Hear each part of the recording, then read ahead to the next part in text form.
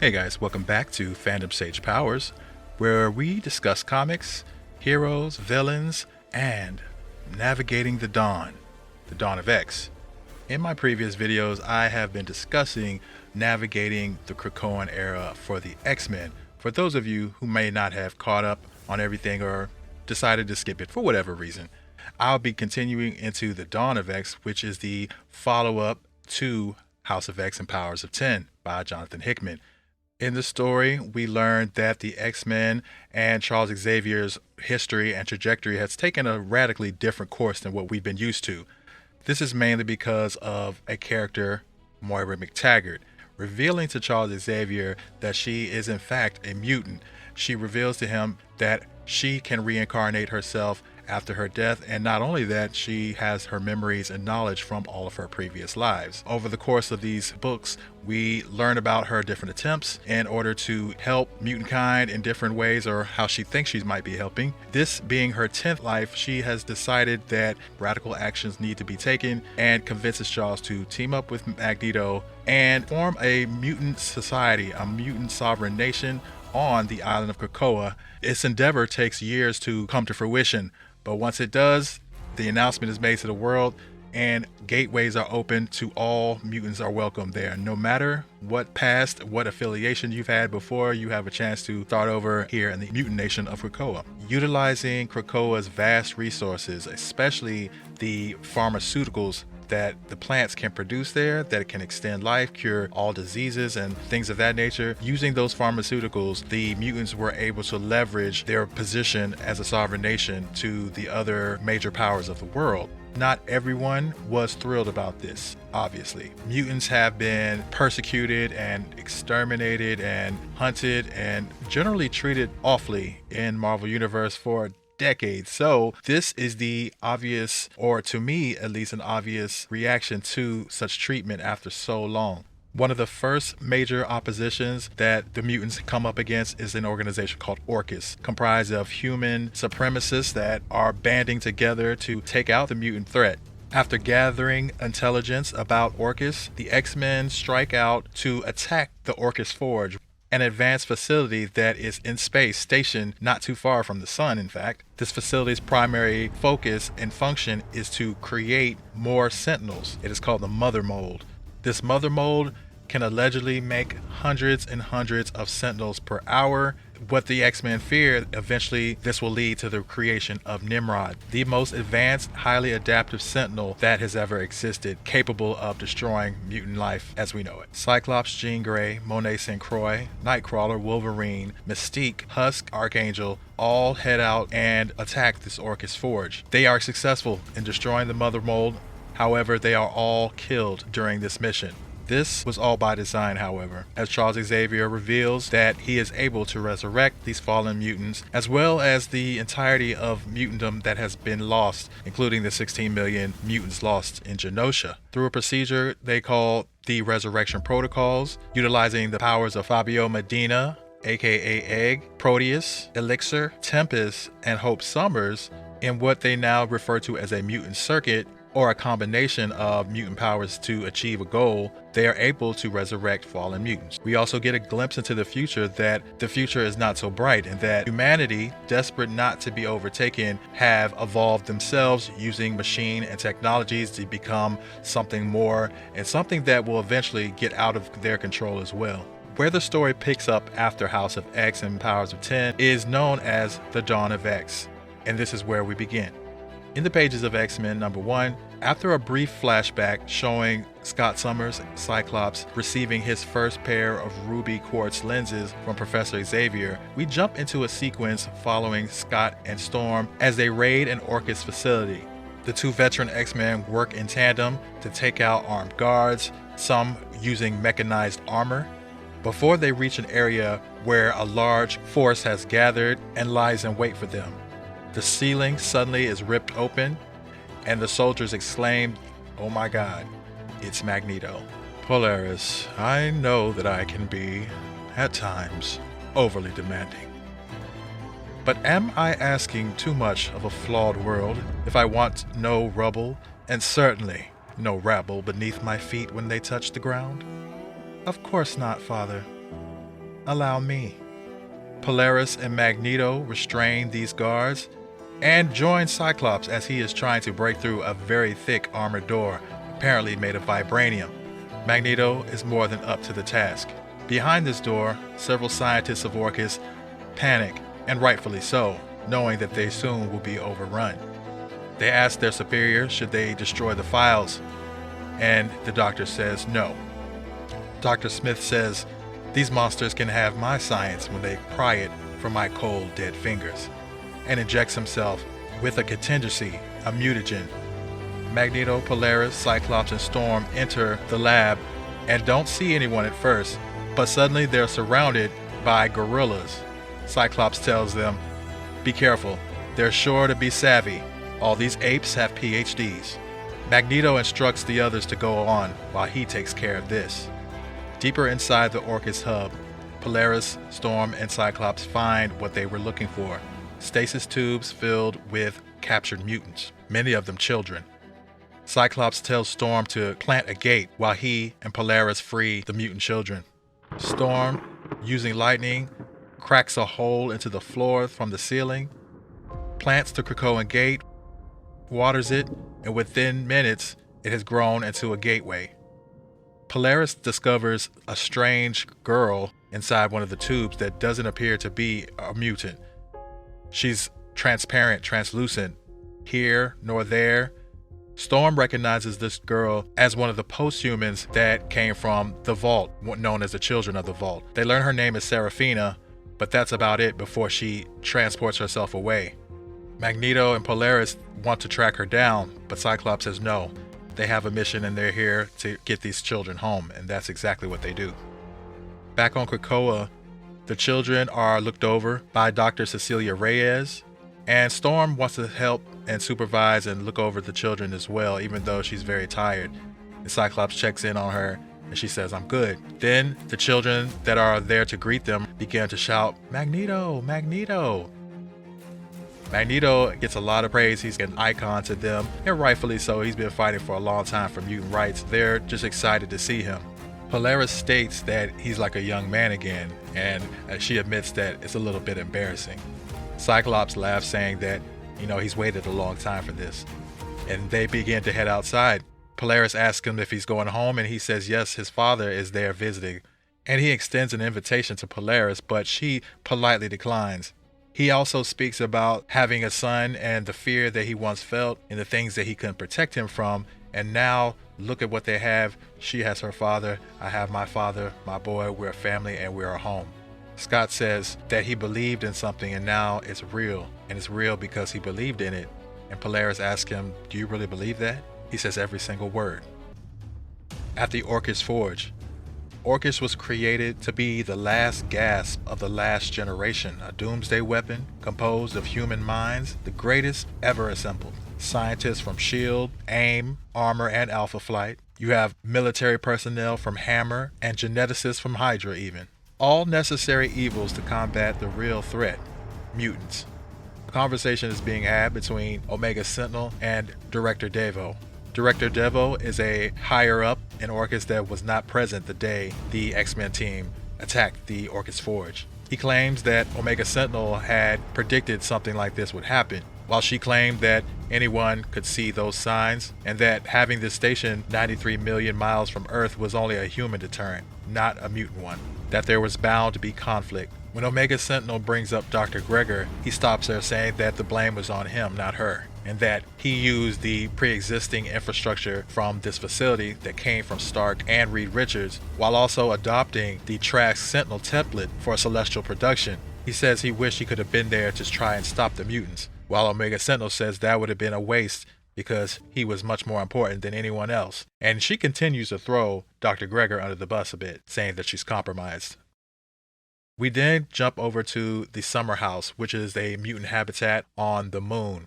This is where the Summers clan lives. We get a little infogram, which is very interesting, showing the setup and the different levels, because this facility also serves as a secondary meeting place for them to launch missions. Even other mutants can come, but this is also their residence as well.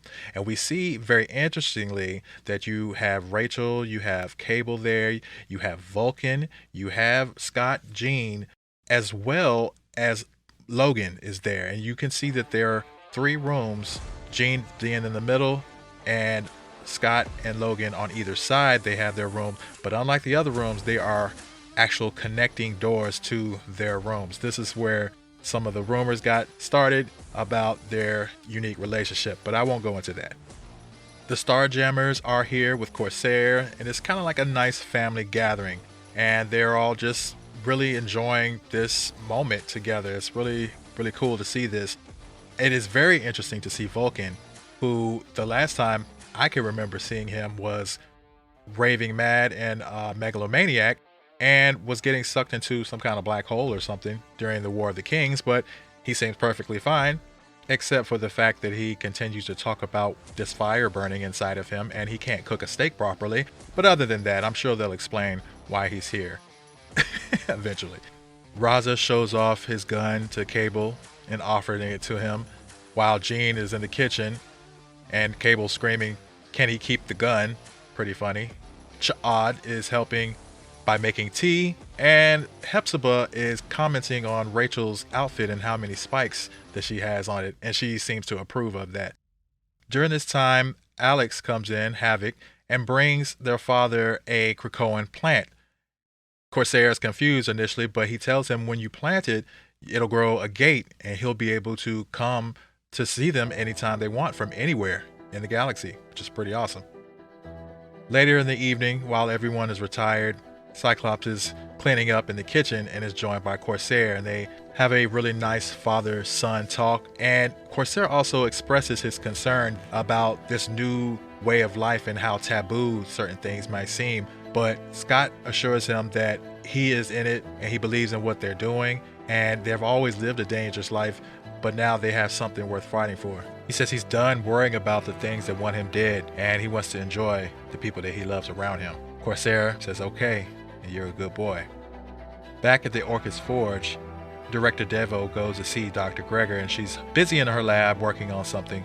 She throws him some shade, saying that, I see you've joined us now, saying first out, last in, always a soft bed for the man behind the curtain. Director Devo tells her she has a right to be mad, and she should definitely direct that anger into whatever thing gives her the most joy or productivity, but not to lose focus and lose sight on where they're going. He said he was born blind, but through technology he can see infrared, ultraviolet, and a dozen other ways, so not much escapes his vision. He noticed when she wasn't at her husband's funeral, and she said there was nothing to bury, and even if there was, it's only a shell. Director Devo goes on to praise her husband, saying that he was a brilliant strategist and a military mind, and we've lost a lot. But Dr. Gregor is really not paying him any attention, because she has a secret, and she asked him, does he want to know what that is? And he says, what's that? She says, I know how to bring him back. And she holds up a strange crystal. In Marauders #1, we pick up with Kitty Pryde, and she's met by Storm and Nightcrawler. And she's preparing to go through the gate to join her fellow mutants on the island of Krakoa. But something goes terribly wrong. The gate is not allowing her to pass through. In fact, she runs straight into it as if there were a brick wall there, breaking her nose. We see an info page of a captain's log of Kitty Pryde from the time she took a boat, and she left a note for the owners apologizing and chronicled her days at sea and what she was doing during that week. They make special note to say that she cannot access these Krakoan gates. Is this something that we can exploit? Is there some kind of weakness there? We catch Kitty sailing on this boat she's stolen across the oceans with Lockheed and enjoying herself for the most part, and drinking, of course. And she gasps as she finally makes it to the island of Krakoa as it comes into sight. Well, hello, Krakoa. What did I do to piss you off? Kitty makes landfall and joins Iceman on the beach. He's enjoying himself. Looked like he's eating a really big turkey leg. Kitty does try to enter the gate just in case maybe she had to get to the island first to use it, but no luck. A little mutant boy comes up to her and says, hey, I know you. You're that mutant that can't use the gates. And as she turns around, she says, and you're that kid everybody wants to fight. Kitty is in a pretty foul mood, and she delivers Logan's order to him, some things that he had requested, some beer and cigars. Iceman is about to go through a gate on a quick mission. He tells her that she needs to go get a Krakoan flower to plant to grow her home, and that if she's hungry, she can find something on the trees. Everything on these certain trees are edible. Kitty says she's fine and doesn't really want anything as Iceman goes through the portal. She's feeling really left out, and understandably so. Suddenly, she's contacted by Emma Frost. Emma asks her, "Why haven't you asked the others to stop calling you Kitty?" Kitty claims because as astonishing as the X-Men are, she doesn't think that they can do that. "But you're not here to ask about my name." Emma says we're getting right to business then.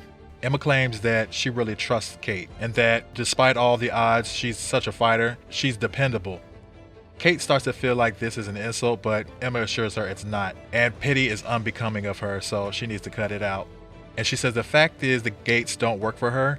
This provides you an opportunity. So she needs to take the skill she has, talking about sailing and voyaging the seas. She hopes it'll be the first of many trips for her new corporation.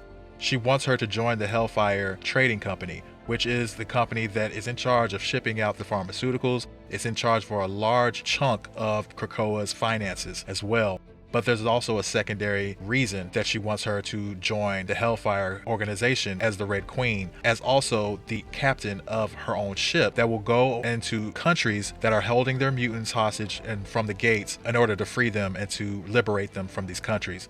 And she has a big new shiny boat just for her if she wants, and all the perks that come along with it. So she tells her to think about it, because there are mutants across the globe that cannot access the gates. Certain governments that are treating the mutants even worse now than ever, having mutant hunting quadrupeds in the area that they have genetically experimented on, and they're just cordon off these gates and have it surrounded completely day and night.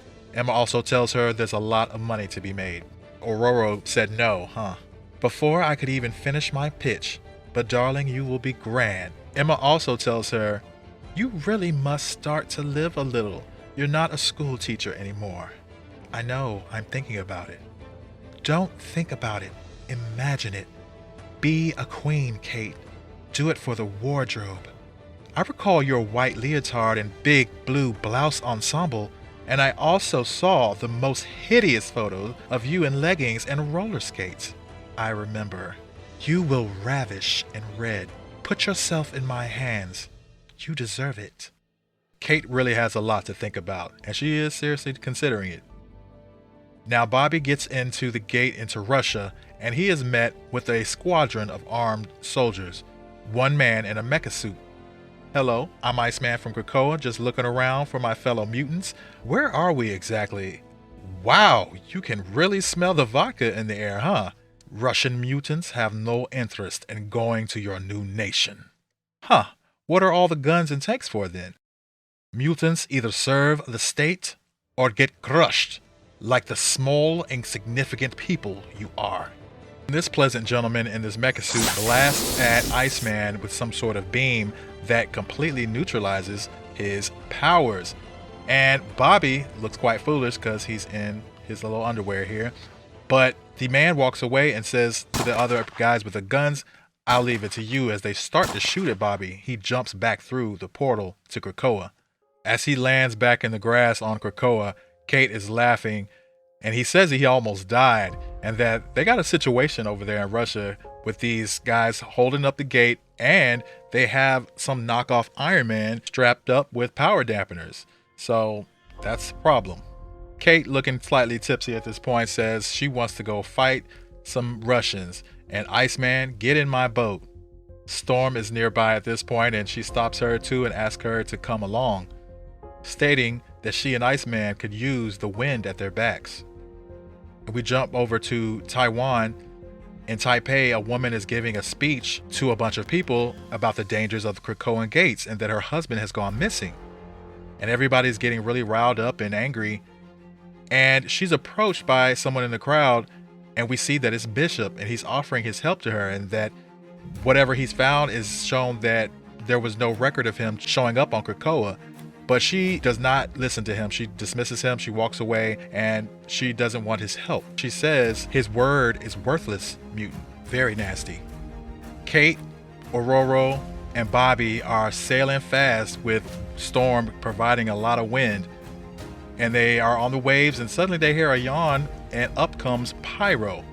Bobby is shocked when he hears his accent because this is the original Pyro, St. John Allardyce from Australia, and we know that he died of the legacy virus years ago. He claims that he is one of the first mutants that they brought back.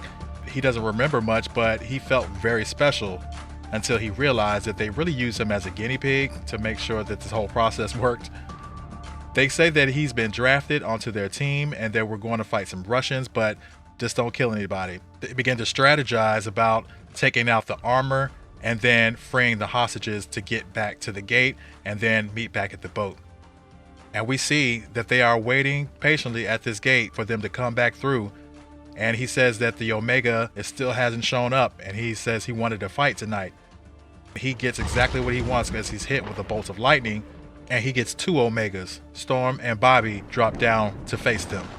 The man in the mecha suit wastes no time and blasts them, dampening their powers, but he did not see Kate Pryde rising up through the ground behind him, and she phases through his suit, short-circuiting it. Storm and Bobby go to free the hostages, and Storm asks if she's okay, and she says, "I got this, I think." Now, the next frames and the next panels are some pretty amazingly brutal takedowns by Kate Pryde, and she takes out this entire platoon, including a tank, and doesn't seem to break a sweat at all.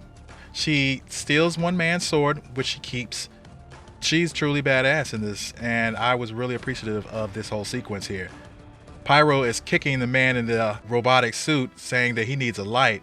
Kate calls for Lockheed, who does a flamethrower attack, allowing Pyro to take a hold of this Dragonfire, and he's very excited about having Dragonfire. And he blasts the rest of the guards that are there to ward them off while the hostages go through the gate. Kate is happy that she's freed these hostages, but she's still a little downtrodden, and she tells the others that they should go through the gate and she'll meet them at the island. But they say, no, we came together and we leaving together. We're having too much fun already, so they all ride back on the boat. While she's on the boat, she actually makes a flag, and she comes back up and tells Storm that she can't live on the island. She'd rather be on the waters and be on the sea. Storm says, hey, I know how that feels. She doesn't love the Marauders name. I was on the spot, and I don't know if X-Men would want to be associated with what we do. If I stay out here a while, will you stay with me? Storm admits that the world has turned upside down quickly and a lot of territories and people are trapped. She doesn't want to turn her back on them, and she can't turn her back on Kate, so she's with her. But she doesn't want to have to talk to Emma. You have to talk to her. In fact, she reaches out to Emma mentally right then and there and accepts both her propositions. And Emma says she's quite happy with that. And as Bobby asks, where are we going, Kitty? She corrects him and says, wherever we want. And please call me Kate. In Excalibur #1, we immediately open in Otherworld, Camelot. This is a place of magic and darkness. Its beloved king, Arthur, is missing. The castle is being besieged by attackers, and the guards are trying to burn the catapults before they can launch them. Suddenly, there's a woman that sweeps out onto the deck, and she tells one of the knights to come with her. When he says, yes, your ladyship, she corrects him, saying, while the royal family is indisposed, you will call me Queen Regent, or your majesty, Queen Morgan Le Fay. Yes, your majesty, he says. She asks him to come with her to her scrying pool and asks him, what is in here? What is this? What do you see? He leans down and kneels to see what she's talking about, and he doesn't know and starts inquiring. She says that she's trying to keep this kingdom safe. She's trying her damnedest to keep Camelot in one piece while the royal family is indisposed and while this white witch is lobbing hell at our doorsteps. And you are in charge of security and safety so that your pretty wife and precious babies can sleep well at night. She then shoves his face into the waters, telling him, find answers at the bottom of this well. What is polluting this waters, my scrying pool, and these blessed waters of Avalon? We jump over to Braddock Academy, where we are catching up with the Braddock families.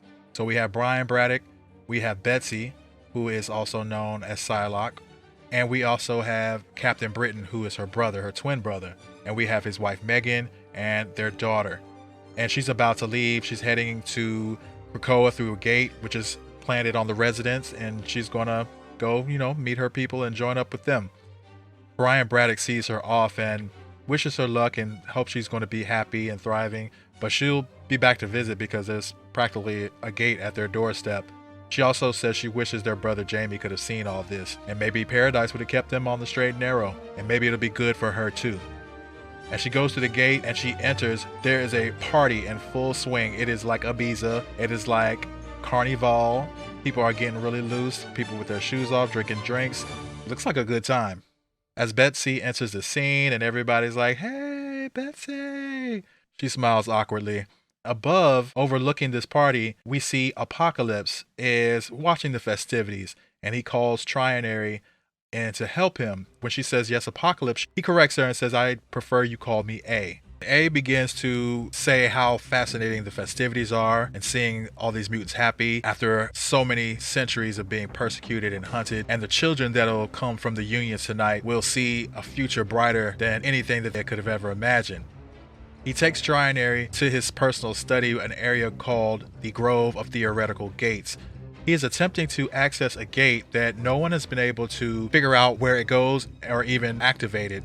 Trinary says that Cypher and Sage tried running diagnostics and she was helping them for hours and nothing. They can't see where this is geographically located, or maybe not even on this plane of existence. Apocalypse assures her it does not go anywhere on this plane, and it actually is a gate to Otherworld, where the kingdom of Camelot is located. After holding up several crystals to the gate and failing, Apocalypse states that they need a champion to breach it, someone who has been to Otherworld and back. We then jump to Yorkshire, to a place called Fairgreen Hall. We are witnessing a coven called the Solar Blackwood Coven, and their high priestess name is Mariana Stern. They seem to be under attack by some spectral anomalies or some apparitions. Suddenly, as they are trying to conjure a spell to defend themselves, a knight materializes saying, "Hail, mortal servants of Avalon." Members of the coven say, "Should we banish him?" Mariana starts to bleed onto a conjuring circle, and the ghost says, "I herald the witch queen of Avalon, Morgan Le Fay," and that prompts Mariana to say, "Oh, hell." Without another moment's notice, Morgan Le Fay materializes in our world and storms the place like she owns it. She says, "Mortals, it is through the grace of my power you are able to do magic. As the moon turns her back to us, so too I give and I take away. You who draw your magic from my realm, I have taken that magic from you until further notice. Do you know why? None of you say a word. My lady, I assure you, the Druids of Solar Blackwood are committed in service to the Manor of Britain. We would never cross you." "Oh, but you have. My kingdom is at war. I can trust no one, least of all you mortals who live in the dirt like peasants and fight one another like cats. This weed pollutes the holiest place in my kingdom, the waters of Avalon, from which I draw my power and protect my people, and through it I see sorcerers who work against me." Mariana explains that those plants, those flowers, are mutant origins from Krakoa. Morgan Le Fay is not trying to hear it. "I will do my best to destroy the gate, but I must focus my energies on keeping the White Witch's forces far from Camelot. Pray, I do not choose to conscript you to die for me. I will say this once and make it clear. Find the source of it. Dunk, boil, and rack every witch breed in your realm if you must. Until that gate is destroyed, no mortal shall channel the magic of Avalon."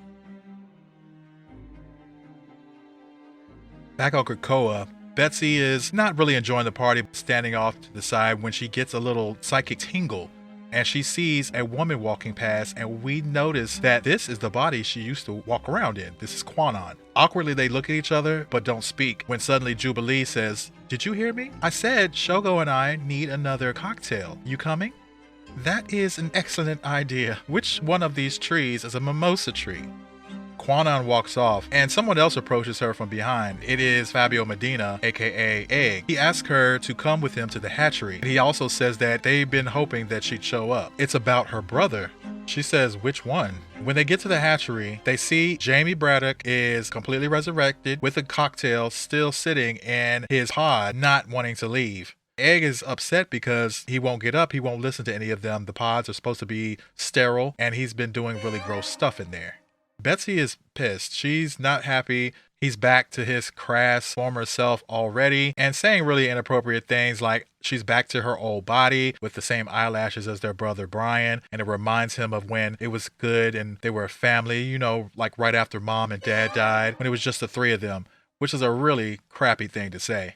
Jamie is a complete nutball normally, and he doesn't seem to have gotten much better, but he does offer to clean up things. Betsy is telling him to take things seriously because this matters to people, what's going on in this hatchery. He starts to clean everything up and he says he'll get dressed, but he doesn't want to see Brian, and he doesn't want to leave the island, and he's not going to. He doesn't want to ever see any more humans. Betsy is offended and taken aback. She says you need to face him after all he's done and what he's risked for you, and she psychically attacks him. But Egg stops her and says that the eggs here are very fragile and can be affected by psychic interference, so please don't do that in here. She ends up leaving, saying that she's just going to bring Brian to him, and storms out. On the way out, Apocalypse tries to stop her. She is irritated visibly and asks what he wants. He explains that one of the Krakoan gates that leads to Otherworld is unable to be unsealed and that they need something or someone that has been to Otherworld to breach it. And she suggests like Captain Britain's amulet. And he says, I don't recommend separating Captain Britain from his amulet, but you may bring him here. He will not be harmed. And she was already going to go get him anyway, so that is perfect and that works out. So she goes back through the gate to Braddock Academy. When she gets there, Megan is already outside and runs to meet her, saying that an emergency is going down and you're just catching him because he's about to leave. Betsy goes into the manor. Brian is in his full Captain Britain attire, asking what's going on. He said there's some kind of emergency, some kind of mystical interference, disturbance in Otherworld. She explains that Apocalypse mentioned something might be going down in Otherworld. Brian is confused, saying that you were having a party and having drinks with Apocalypse. She says no, he's a mutant and all mutants are welcome there. So she says she's going to go with him. She uses the Krakoan tech to transform into her uniform, which is pretty dope. Betsy says she doesn't want to stay there and party on the island and awkwardly avoid the woman whose body she used to wear. And she wants to fight for something. She thinks he's in danger, so he accepts, and he says nothing would honor him more. He kneels and she kneels with him, and they both say for Avalon and transport to Otherworld. As soon as they get there, they notice that they're in the throne room in Camelot, and Betsy comments on how beautiful it is, and Brian points out the gate that Betsy mentioned as well. They're startled from behind by Morgan Le Fay. You will call me Queen, Morgan Le Fay, subject. Captain, as a defender of Britain and of Otherworld, you should be my most loyal subject, no? You would serve at Arthur's command if he called upon you. Now that I am Queen Regent, you will serve me at mine. I called you here to begin your hunt for the witch breed who have polluted my waters. They both say, which breed? I didn't expect you to start with your own sister, but so be it. Take her, my coven, drown her in the waters her people have choked with their filth. From there, we'll find the source. Back on Krakoa, we see Gambit and Rogue walking on the beach, enjoying each other's company, and they are having a conversation, much like everybody else, about the wonderful place that they found themselves in and what can they do and get into tonight. Rogue reminds him that she doesn't have any power dampening tech tonight, so keep it PG. Rogue does, however, bring up the third Krakoan law and wants to know what Remy thinks about it, the law that says to make more mutants. But before they can continue their conversation, they're interrupted by Trinary. She apologizes, saying that Apocalypse needs to speak with them. They meet with Apocalypse and Trinary in his grove. He explains what is going on and what he needs from Rogue specifically. He wants her to use her powers to drain some of the energy away from the gate that might allow him to contact Betsy Braddock telepathically. Rogue is immediately concerned when he mentions Psylocke there. She obviously wants to help, but Gambit doesn't like this. He has a bad feeling about it, saying what has Apocalypse ever done for them, and he looks down his nose at people. He thinks that he's just making her do something nasty. But Rogue says it's not about us or him, and that we're all on the same team now, and Betsy needs them. So get suited up, and they activate their Krakoan tech to get into uniform. Remy mentions that Jubilee was talking to Betsy earlier, and maybe they should get her up here to figure out what they talked about. Apocalypse said he had already sent out a message, and sure enough, Jubilee walks into the grove, saying, "First of all, you're crazy if you think I'm bringing my son to see you." They explain what is going on and how they're trying to reach Betsy. Apocalypse says that once Rogue dampens the magic enough, there's a good possibility he can reach her because Elizabeth's psychic presence is so strong. He asks Jubilee to allow him to probe her mind for their interaction, and he asks Remy to keep watch as well. And he says fine by me because he plans to stay and watch, and the first thing he does that he doesn't like, he's going to kick his butt. But Apocalypse says, I would very much like to see you try. In Otherworld, Brian and Betsy are fighting off the Coven as they try to subdue them. They're calling him names like Oathbreaker. She refutes that and saying that he has never broken an oath. You two are a tale to be told, one born good, of light and truth, a champion, and the other a sinister thing, a thief of lives who works in the shadows with wild powers, not witch, but witch breed. Betsy has had just about enough of all this racist bigotry coming from Morgan Le Fay, so she tries to slice her. Her coven is chanting, "Hail the defender, slay the pretender." You cannot hurt me, Betsy Braddock. I have my knight to protect me. The coven and Morgan Le Fay start to cast some kind of spell over Brian to put him under her thrall. Betsy tells him to fight it and to think of home and Megan. He mumbles that he needs help, but her powers won't work on him. He is of true human Braddock blood, so he takes his place in Avalon. You will take your place among your people too.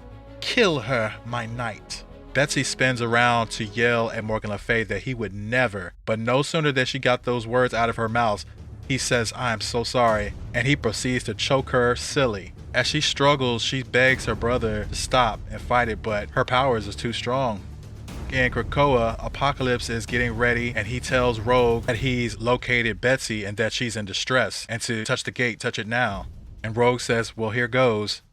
In Otherworld, with the people still chanting, Hail the defender, slay the pretender, Brian is attacking his own sister, trying to kill her. Suddenly, Betsy hears a voice in her head, a telepathic one, and it's Apocalypse saying, Elizabeth, you have to disrupt the gate. A massive amount of psychic energy will do it, but I am stretched to my limit speaking with you.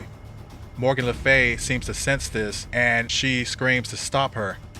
But before Brian can, she generates her psionic sword and she hurls it into the gate, and it causes a massive psychic backlash which affects Rogue on the other side and blows her back. But she seems to be okay. She recovers, but when she reaches out to push herself up, or I don't know if she was trying to touch this flower, the plants suddenly grow rapidly and engulf her. Apocalypse tells Gambit to stay back and not to touch anything that comes out of the gate. It's too late. Rogue is encapsulated by these flowers. It looks like she's put into some kind of stasis. In Otherworld, Morgan Le Fay says, You disgusting vermin and your chaotic power. But you have done what I asked. Now that you've destroyed your gate, you're trapped here with me. And I will watch your brother take you apart with an exactness reserved for twins.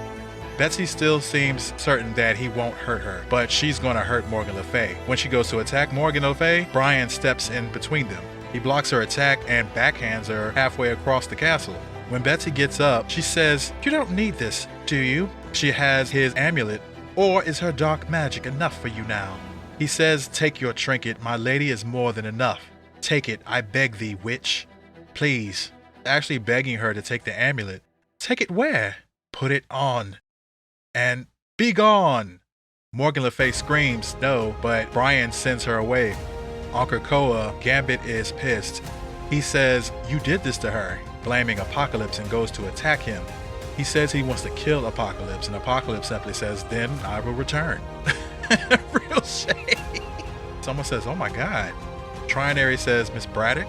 Gambit says, Betsy. And Jubilee says, Sila. Apocalypse says, All incorrect. You stand in the presence of a hero of legend, Captain Britain.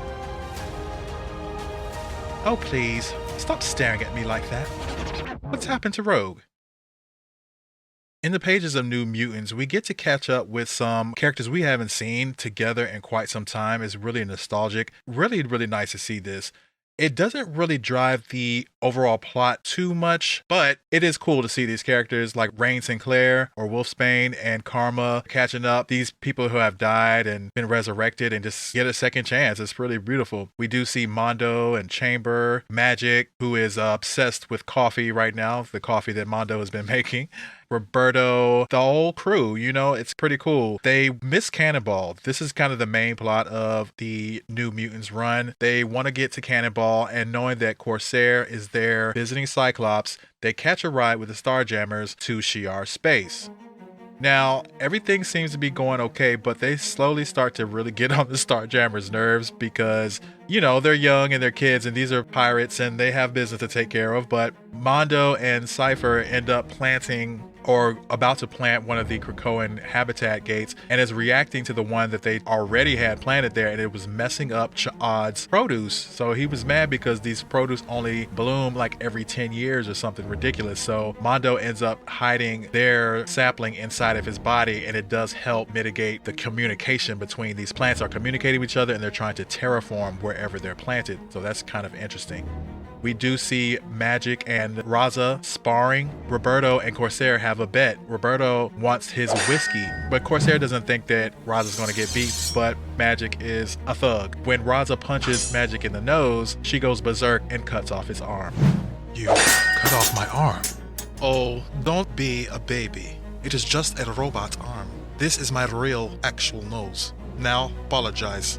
So you can imagine that Raza's a little pissed by that, and Corsair's upset he had to give up his whiskey. They end up going to a hub saying that they need to handle some business. The Starjammers exit the ship, telling them to stay on the ship. Roberto is happy to do this, and he says, hey, we're going to get that bottle of whiskey and we're going to chill out. As soon as he leaves, the others go ahead and teleport into this space station because they want to get out. They want to stretch their legs. But they didn't know that they were actually on a job, the Starjammers. They didn't tell them that this place that they were docking was actually a Shi'ar Imperial Weapons Depot. Rain ends up stealing some egg that she found on some pedestal. Why? I don't know. But she takes it. The alarm sounds. The Shi'ar guards are alerted of the presence, blowing their whole mission. The Starjammers end up abandoning the New Mutants there, saying they're going to have to fend for themselves. Roberto's still on the ship, asked them, you're not going to help? And they're like, no, you guys suck, basically. So they end up dropping him off too. He claims that he's going to go in here and save the day, but he ends up getting caught too. So he claims he has a really good space lawyer, and they have an advertisement for the space lawyer that's a blind space lawyer. I think it's supposed to be a play on Matt Murdock, which is kind of crazy. In the pages of X-Force number 1, we open with a meeting between some shadowy individuals. Quickly we see that they are human supremacists. They are here to talk about the mutant threat. They're all wearing masks, very eyes wide shut. They have a test to make sure everybody's who they say they are, and adding their blood to a tester to make sure it is clean. So we already know what's going on, that they're testing for mutant. One masked female has hesitated to do the test, and she says, oh, I'm sorry, and she starts to do it, knowing that probably this is a mutant and we're wondering who it is, until she says, it took a lot of luck to get in here. Security grabs her shoulder and she proceeds to jump up and attack him, as well as many others in the room, and we see that it's Domino. Domino seems to be getting a good rhythm to fight these guys, but unfortunately it's just not enough in this confined space. But she's outnumbered, and the huge security guard grabs her and slams her down, and they subdue her, they trap her. And this man with this peacock tattoo says he still will need that blood, even though we know that you're not human. And she's not in a good spot right now. On the island of Krakoa, we see Beast is exploring these foliage and wilderness when he's attacked by some weird pig monster, and Wolverine luckily is nearby and jumps down to attack it, but it runs off afraid, and Beast tells him just to leave it. But he's curious to why it's here and what it is, because if it came from the island, it's not supposed to attack them. A lot of things seem to be happening around there that is inexplicable. So he wants to be able to study it. We learn about the security and the security features of Krakoa, and we learned that the green bonded alarm system is a system that is integrated into the island by Black Tom Cassidy. Using his telephoronic powers, he's able to communicate with plant life and pretty much extend himself through the entirety of the island to feel every movement, and it's pretty incredible actually. Charles Xavier calls him the ward of the island. That's kind of a joke, but he does keep tabs on everything. He's like their main security alert system. And we see Black Tom is sitting and he's monitoring even the seaweed several miles out from the island. He can see what's in the ocean, what's in the sky from the spores from his plants that are released into the air that kind of makes like a dome almost. And as long as the wind isn't too high, he can still feel everything that's going through that spore cloud. But he does notice that something is on the sea approaching that shouldn't be there. Sage contacts him, who is also a part of the security system on the island, and says there's a psychic disturbance. Jean says something's going on, people are feeling afraid, and he already knows and he's going to investigate. But the rules don't always apply to everyone, especially not Kate Pride and her Marauders. He seems a little annoyed, but he makes a docking surface for them to land the boat on, bringing the Earth up. And he just seems pretty disgruntled because he's supposed to be controlling all the comings and goings. Jean says there's some people on the boat that need help and are injured, and we can see that this boat is from Russia. And Kitty says that there's somebody really bad, in bad shape on here, and we see that it's Colossus, and he does look kind of messed up. I don't think I've ever seen him tore up like that. We see a plane being boarded by several passengers, some suspicious looking people as they board this plane, and then we jump to Charles Xavier talking to Sage, saying that Domino hasn't checked in and to check on her and see if you can't get a hold of her. And Sage says she hasn't been able to, and she's not really concerned just yet because Domino likes to go dark sometimes, go undercover. She is undercover right now. While Professor Xavier goes through a portal to Sokovia to do some diplomatic work and rub elbows, and he's at this little function and he's whining and dining. Seems a little too lax to me. Meanwhile, in the healing gardens, Jean and Healer are taking care of some of these Russian hostages that they saved. We see Colossus there too, and he has opened his eyes. He looks a little weird, and she's saying that she can't really tell you where it hurts because they hurt everywhere and it's just a lot of pain, and we're just going to do what we can for them. On this plane, it seems like it's about to be hijacked and the cabin depressurizes and everybody is knocked out except for these people that don't even have on masks, which is kind of weird. They're able to still breathe in this depressurized atmosphere. So the men end up diverting the plane and changing the course and jumping out of the plane from a very high altitude. Black Tom has sensed something is amiss. He can't really tell what it is, but Sage says that a biosignature, that it is Domino. And he says coming in from like the atmosphere like that, and she says she wouldn't be surprised if she was coming over a catapult, a zeppelin, or any other thing, because that's just how wild she is sometimes. But he still doesn't have a good feeling. Charles Xavier returns from Sokovia. Black Tom approaches him to tell him that he's concerned about all the comings and goings. Things are getting a little willy-nilly. Nobody's following the rules like that. He's supposed to be, taking care of security. Charles tries to assure him that we trust our mutants and everybody is working together. Vouch for you, and I told them to trust you, and I need you to trust everyone. At the exact moment, these mercenaries are skydiving onto the island. Wolverine senses it too once they get close enough, and he smells them. He sees them parachuting in. It isn't too long before gunshots ring out, and they shoot this boy's mother and the child as well, and they begin shooting mutants indiscriminately. Black Tom tells Charles to run, and he runs through the woods as he uses his powers to attack these assassins, these mercenaries.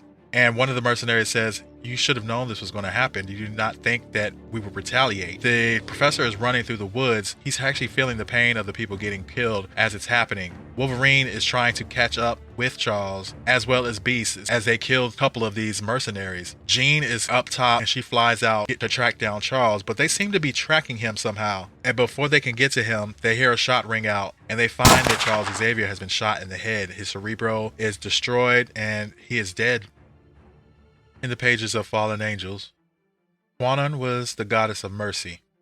In Japan, you can find a statue of her holding a child. Mercy is my name, but it is not my way. I have been robbed of my own body, my identity. In that time of darkness when I was no one, I hoped she was happy. I still think of her.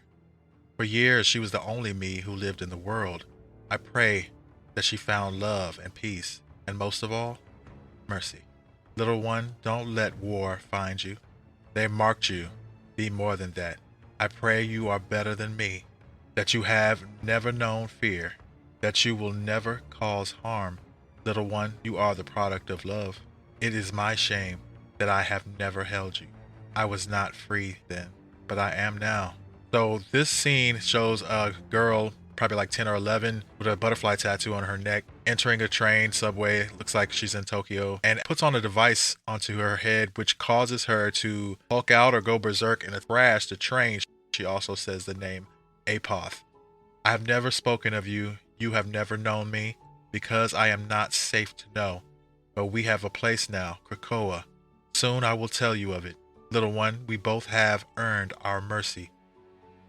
We jump to Krakoa and Kwanon, who has her own body now, and she's thinking about the place that she's in and how peaceful it is and how out of place she feels in this type of peace. She has to spill her own blood just to feel something that's true, and even it brings new life. And she doesn't know if she can allow herself paradise. She doesn't know if she really fits in the mold of a paradise. And she hears a sound as she's meditating, and something screams in her brain, and it tells her, you are not dreaming, Psylocke. Listen, these are the most important words you will ever hear. Your enemy is named Apoth. You must kill a god. Do not ask my name. When Abraham heard the voice of truth, he did not ask, he listened. He placed his child on the slab. He raised the knife. I am the truth, and you are not dreaming. You will wither here, Psylocke, in the bosom of Xavier's peace. Take up this war. Mankind is evolving itself. Apoth is the Tetragrammaton, the new name of God. And by peace shall he unite all and destroy many. Go to Tokyo. The train. It began with the train. He has already taken something precious from you. Stop him. This is not a dream. So Kwanon has this vision and this message that's being sent to her, broadcast into her brain. She doesn't quite know what it means, and she just knows that name Apoth now. She wants to know what's going on, so she goes to see Magneto in his home, House of M. He listens, but he does not grant her the permission to leave the island. And especially since what just happened with Professor Xavier getting assassinated, it's just not a good time to go all around. And right now, Magneto's kind of holding it down. He says that Charles will say leave human matters to the humans, but Kwanon is not really giving it up. He spars with her over morality and what Charles would say, and Elizabeth Braddock and how she hated him, and she says she's not Elizabeth Braddock, and if Charles has anything to say with it, it's nothing to do with hate. Hate doesn't matter anymore. But Magneto said hate always matters. He says, while I may not grant you permission to leave the island, you should go east from here and you'll find Sinister. Tell him of your visions. He might find some interest in them. She says, you're helping me break the rules, and he says, I have no idea what you mean. In my grief over Charles's death, I forget conversations officially. She says, thank you, and says, don't thank me. I haven't done anything. She makes her way to Bar Sinister. Evolution is a constant, Psylocke. Krakoa cannot change that. We are not the end of progress. Apoth sounds like a Homo sapien who has found the truth. Should we punish him for that? You're an assassin, yes. I imagine the spirit of Kwanon seeks a bit of warm blood. All this happiness must be difficult for you. You have the dreams of a predator. I just don't know why you're sharing them with me. Kwanon says she needs passage out of Krakoa, and not to call her Kwanon. It's a shackle, not a name. Speak with Magneto. He's enjoying his self-importance while we mourn Xavier. Use his vanity against him. I always do. He told me no, then he told me to come to speak to you. So, you want me to help you break the laws of paradise. You constantly break the laws of nature, don't you? My dear, nature has no law. What was it like the first time you killed someone? How did it change you, Psylocke? Sinister, I'm trying to prevent an apocalypse. Apocalypse is a blue man with a very bad temper, and none of my concern. You disturbed my work. Be mindful not to bore me, Psylocke. I asked you a question. Killing made me realize life only matters when we choose to make it matter. Where were you when Braddock was your puppeteer, looking out of your eye windows, watching her control your hands? I was burning, screaming, but no one could hear me. You wish you could kill her now. Punish her? You would get a few new scars, but I doubt she could stop you. How would you kill her? The same way I kill anyone. Quickly, would you allow her to scream? Enough, Sinister. Help me leave Krakoa. Oh, how this paradise would judge us if it knew what we truly were. Passage granted. Go, chase your Apoth, Psylocke, but don't do it alone. No one here trusts me. I'm sure someone else here needs something to destroy. Find them. My work calls. Thank you. for not being boring. You don't dance, Laura. Or you just don't like the music? This isn't how I like to party, Cable. And how does X23 like to dance? I could show you, but it might hurt a little. Don't make promises you can't keep. Never. Huh. Watch your balance, Cable. I win. Feel better? I don't feel anything, because nothing here matters. Mutants have never been this safe. And safety sucks. Laura Kinney, Nathan Summers. My name is Psylocke. I need to speak with you both. My home is in the reservoir near the Wild Hunt. When you're finished wasting energy, find me there. She's not safe. No, she's not. Psylocke. Braddock. Psylocke, I was wondering if we could... We don't need to. Following this conversation with Sinister, Quanon goes to search for some allies, and she goes to a little bonfire party, and she sees Laura Kinney and Cable kind of sparring and fighting with each other, and she approaches them and tells them she needs to speak with them, and they do follow her back to her home. She explains that she needs some partners to go on this mission, and she doesn't really give too many details, but Laura does want to speak to her alone, and she says that Cable should stay and that she will go, but he doesn't need to go. Quanon reminds her that Cable is a soldier and he needs a war, and she's a predator and she needs to hunt. So both of them are well equipped to deal with what she's getting into. Ultimately, Laura goes with Psylocke, just the two of them, to Japan. While there, they go to see a contact of Quanon's that she used to know, and her name is Motoko. She runs a black market operation. They go to question her, and her men are there for her protection, but it's not going to be enough.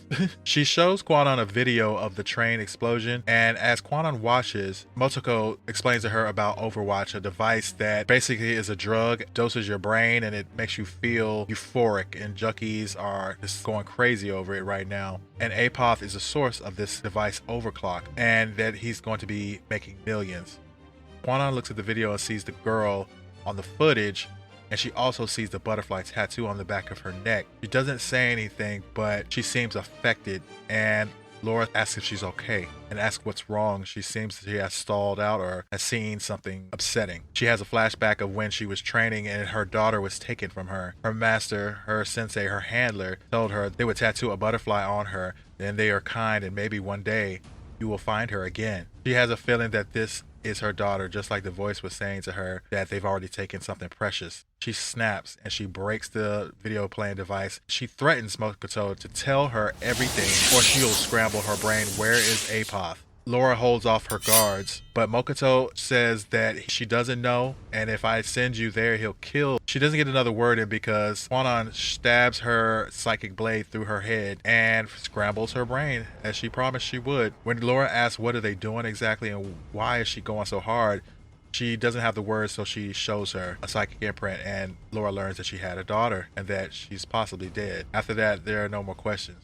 They track down where Mokoto's information had led them to a field in a small province and a shack with 5 children. They are in a trance. They have been under the influence of Overwatch. They start to drop. They start dying right in front of them before they can even help them. The last child speaks to both of them. Apoth is speaking through the child, saying that he is the song and that you have taken an interest in me. It would be rude if I didn't take an interest in you.